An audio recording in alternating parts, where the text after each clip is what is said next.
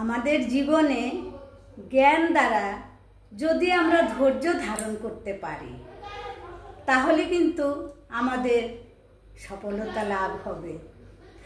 আর যদি ধৈর্য হারিয়ে ফেলি তাহলে সবথেকে ক্ষতি আমাদের নিজেরই বেশি হবে।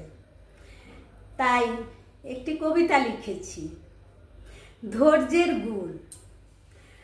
ধৈর্য যদি ধরতে পারো তবেই তুমি ভালো।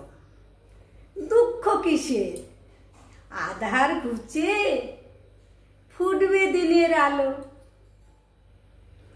ধৈর্য ধরো, ধৈর্য ধরো, ধৈর্য ধরো 100 বার। উপর থেকে আসবে নেমে ঘাতকেরই উপহার। নয়ন দিয়ে দেখবে চেয়ে মুখে বলার দরকার নাই।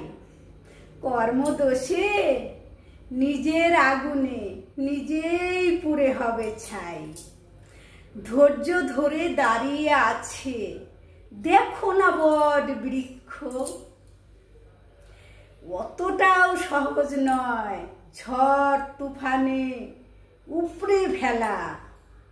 শাখা থেকে মূল গড়ে সে হাজার হাজার লক্ষ।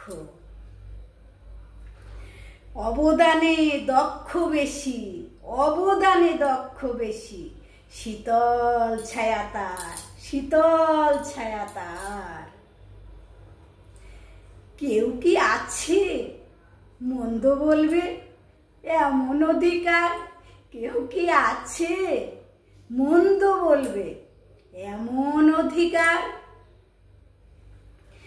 ধৈর্য ধরে বিদ্যা বুদ্ধি অর্জন করতে হবে জ্ঞান।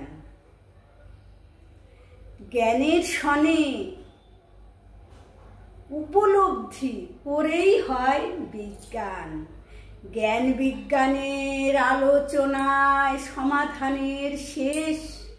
ধৈর্য ধরে জ্ঞানী গুণী রক্ষা করে দেশ।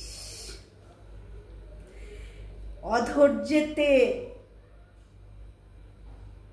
ঘটে পতন, অধৈর্যেতে ঘটে পতন, বিপদ বাড়ে বেশি। সবাই বলে ধৈর্যেরই গুণ সবার থেকে বেশি। গুণ ছেড়ে তাই দোষ করাটা মোটেও ভালো নয়। গুণ ছেড়ে তাই দোষ করাটা মোটেও ভালো নয়। ধৈর্য ধরো, ধৈর্য ধরো, ধৈর্যের হবে জয়। ধৈর্য ধরো, ধৈর্য ধরো, ধৈর্যের হবেই জয়।